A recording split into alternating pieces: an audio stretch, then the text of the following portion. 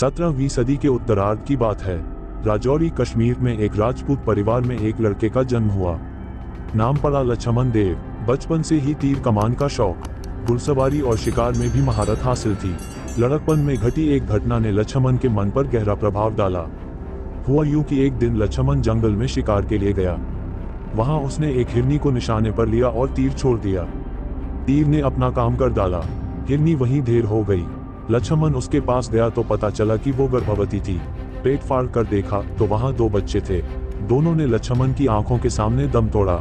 इस घटना के बाद लक्ष्मण का मन दुनिया से उचट गया। घर बार छोड़ के वो साधु सन्यासी के वेश में दर दर भटकने लगा। उसने अपना नाम भी बदलकर माधव दास रख लिया।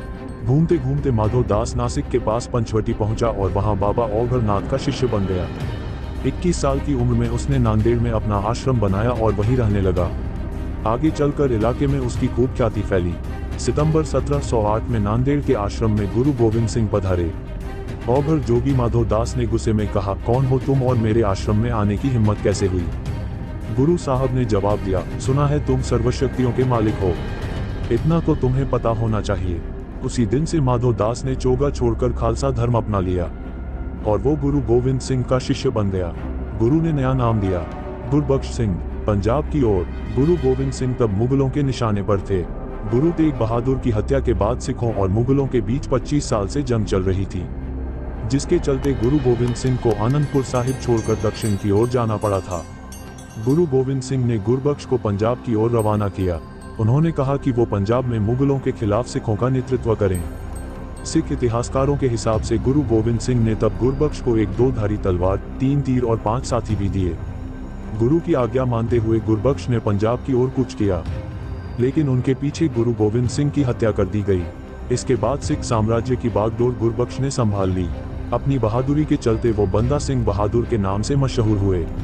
1708 में औरंगजेब की मौत के बाद मुगल बागडोर आई बादशाह बहादुर शाह के पास। उसके भाई काम बख्श ने दक्कन में विद्रोह कर दिया था, जिस कारण बहादुर शाह को दक्कन के कैंपेन पर निकलना पड़ा। मौके का फायदा उठाते हुए बंदा बहादुर सतलज के किनारे पहुंचे और वहां के किसानों को अपनी सेना में जोड़ना शुरू किया। औरंगजेब की मौत के बाद सरहिंद में जमींदारों की ताकत बढ़ चुकी थी। वो मनमाने ढंग से लोगों से टैक्स वसूली कर रहे थे। सामंतों का उत्पीड़न आम बात थी, लेकिन दिल्ली की ताकत कमजोर हुई तो उन्होंने और फायदा उठाना शुरू किया। सरहिंद में किसान एक काबिल लीडर की तलाश में थे। बंदा बहादुर के कहने पर उन्होंने उनकी सेना में भर्ती होना शुरू कर दिया। उन्हें घोड़ों और पैसों से मदद दी। मुगल मनसबदार ऐश फरमा रहे थे।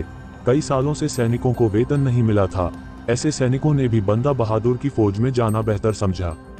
गुरु का बदला। 10,000 की फौज हुई तो बंदा बहादुर ने सबसे पहले सोनीपत और कैथल में मुगलों का खजाना लूटा। इसके बाद 1709 में बंदा बहादुर ने सरहिंद के एक कस्बे को निशाना बनाया। इस कस्बे का नाम सामना था। यहाँ के गवर्नर वजीर खान ने गुरु गोविंद सिंह के बेटों की हत्या की थी।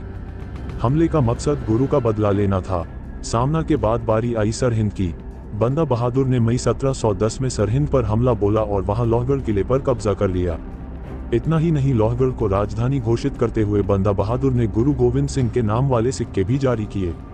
इसके कुछ समय बाद बंदा बहादुर ने उत्तर में राहोन, बटाला, पठानकोट और पूर्व में सहारनपुर, जलालाबाद, मुजफ्फरनगर पर कब्जा कर लिया। अगस्त 1710 तक लाहौर से पूर्व में पंजाब में सिखों का शासन हो चुका था और इससे दिल्ली सल्तनत और लाहौर के बीच कम्युनिकेशन में बाधा पड़ रही थी। बहादुर शाह दक्कन के कैंपेन से लौटा तो उसने सिख साम्राज्य पर नकेल कसने की ठानी। 29 अगस्त 1710 की घटना है। उस रोज मुगल सेना में एक अजीब सा फरमान जारी हुआ। बादशाह बहादुर शाह ने आदेश दिया कि मुगल सेना में जितने भी हिंदू हैं उन्हें अपनी दाढ़ी कटानी होगी, कारण कि मुगल सिखों पर हमला करने जा रहे थे और वो नहीं चाहते थे कि कोई भी सिख गलती से भी सेना में शामिल हो। मुगल सेना ने मुनीम खां की अगुवाई में सरहिंद पर आक्रमण किया। मुगल सेना के सामने बंदा बहादुर की फौज कमजोर थी। लोहगढ़ के किले में जबरदस्त लड़ाई हुई, लेकिन 60,000 की मुगल सेना ने लोहगढ़ के किले का घेराव कर लिया। तब गुलाब सिंह ने बंदा की जगह ले ली और बंदा भेष बदलकर किले से निकल गए। उन्होंने चंबा के जंगलों का रुख किया। फरमान, जहां कोई सिख दिखे मार दो। बंदा के इस तरह हाथ से निकल जाने से बहादुर शाह बहुत नाराज हुआ। 10 दिसंबर 1710 को उसने फरमान जारी किया कि जहां कोई सिख दिखे उसे मार डाला जाए। बंदा ने जंगलों से ही सिखों को हुक्मनामे भेजे ताकि वो दोबारा अपनी ताकत इकट्ठा कर उनसे मिलें। 2 साल तक बंदा छुपते छुपाते रहे। उनके बुलाने पर 1712 में कीरतपुर साहिब में सिखों ने राजा अजमेर चंद को हराया। अजमेर चंद ने ही पहाड़ी राजाओं को गुरु गोविंद सिंह के खिलाफ भड़काया था। 1712 में बहादुर शाह की भी मौत हो गई, जिसके बाद उसके बेटों में सत्ता को लेकर थन गई। मुगलों में पड़ी फूट का फायदा उठाते हुए बंदा बहादुर ने लाहौर पर दोबारा कब्जा किया। बहादुर शाह की मौत के बाद मुगलों की कमान फर्रुखसिया ने अपने हाथ में ले ली थी। उसने सबसे पहले समद खां को लाहौर का गवर्नर और उसके बेटे जकरिया खां को जम्मू का फौजदार नियुक्त किया। फिर इन दोनों को बंदा बहादुर के खिलाफ अभियान शुरू करने को कहा। 3 साल के इस अभियान में समद खां ने बंदा बहादुर को गुरदासपुर शहर से 4 मील दूर गुरदास नागल तक धकेल दिया। वहां किले की सुरक्षा में बंदा और उनके साथी किसी तरह बचे रहे। समद खां ने यूजुअल टैक्टिक्स का सहारा लेते हुए गुरदास नागल किले के सारे रास्ते बंद कर दिए। ना खाना अंदर जा सकता था, ना पानी। बंदा पहले भी लोहगढ़ के किले से भाग निकले थे, इसलिए हमले की बजाय समद खां ने इंतजार की नीति अपनाई। बिना खाना पानी के 8 महीने खाने के लाले पड़े तो बंदा और उनके साथी घास पत्तियों पर गुजारा करते रहे। उससे भी काम ना बना तो घोड़ों और गधों का मांस खाना पड़ा। 8 महीने किसी तरह गुजरे, लेकिन दिसंबर आते आते दिखने लगा गया था कि बाहर निकलने के सिवा कोई चारा नहीं है। किले के दरवाजे खुले तो मुगल सेना टूट पड़ी। आज ही के दिन यानी 17 दिसंबर 1715 को 300 सिखों को कत्ल कर लगभग 700 सिखों को बंदा बहादुर सहित गिरफ्तार कर लिया गया। फर्रुखसिया ने आदेश दिया था कि बंदा उसे जिंदा चाहिए। मारे गए सिखों के सिर भाले में टांग कर पहले लाहौर के बाजार में परेड करवाई गई और फिर उन्हें दिल्ली ले जाया गया। औरंगजेब के जमाने से ही दुश्मनों की नुमाइश का रिवाज था। बंदा और उनके साथियों को देखने के लिए दिल्ली में भीड़ उमड़ी। समद खां का बेटा जकरिया खां इनकी अगुवाई कर रहा था। मखौल उड़ाने के लिए बंदा को शाही पोशाक पहनाई गई और हाथी के ऊपर पिंजरे में डाल रखा था। उनके बाकी साथियों को बिना जीन ऊंट पर बिठा रखा था। इनके आगे सिखों के सिर भूसे से भरकर नेजों और बांसों पर टंगे हुए थे। इन सब को बादशाह फर्रुखसिया के आगे पेश किया गया। फर्रुखसिया ने बंदा और उनके 23 साथियों को मीर आतिश इब्राहिमुद्दीन खां के हाथों सौंप दिया और मीर आतिश ने उन्हें त्रिपोलिया जेल में कैद कर दिया। बंदा के बाकी साथियों को दिल्ली के कोतवाल सरबराह खां के हवाले कर दिया गया। 5 मार्च 1716 को सजा का ऐलान हुआ। सजा थी सर कलम किया जाना। ना बोलते ही सिर धड़ से अलग। एक बड़े से चबूतरे पर एक एक आदमी को ले जाकर एक ही सवाल पूछा जाता, क्या तुम इस्लाम कबूल करते हो? हर सिरना में हिलता गया और धड़ से अलग होता गया।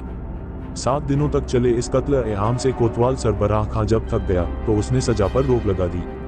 उसने फर्रुखसिया से कहा कि मसले को जरा ठहरने दिया जाए। कुछ दिन जुल्म सहेंगे तो होश आएगा और इस्लाम कबूल कर लेंगे। 3 महीने तक बंदा बहादुर को कालकोठरी में का जवाब तब भी नहीं था। अंत में 9 जून 1716 को बंदा बहादुर की भी मौत का हुक्म जारी कर दिया गया। सजा से पहले एक आखिरी उपाय किया गया। बंदा को अच्छे कपड़े पहनाकर कुतुबुद्दीन बख्तियार काकी की दरगाह पर ले जाया गया और दरगाह के चारों ओर घुमाया गया। वहां पर कोतवाल ने कहा, आखिरी बार पूछ रहा हूं, मौत या इस्लाम? बंदा अपने जवाब पर अड़े थे। कोतवाल को सूझी तो वो उनके 4 साल के बेटे अजय सिंह को सामने ले आया। बेटे की गर्दन पर तलवार रख बंदा से फिर वही सवाल दोहराया गया। बंदा की गर्दन इनकार में पूरी घूमी भी नहीं कि जल्लाद ने अजय का सर कलम कर दिया। इसके बाद उसने शव से बच्चे का कलेजा निकाला और बंदा सिंह के मुंह में ठूंस दिया। बंदा तब भी डिगे नहीं, उन्होंने मौत चुनी। इसके बाद जल्लाद ने एक खंजर से उनकी दोनों आंखें फोड़ दी। गर्म सलाखों से उनके शरीर को दागा गया।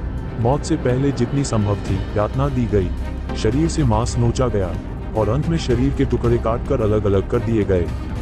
बंदा की मौत के 2 साल बाद मराठाओं ने फर्रुखसिया को जंग में हरा दिया।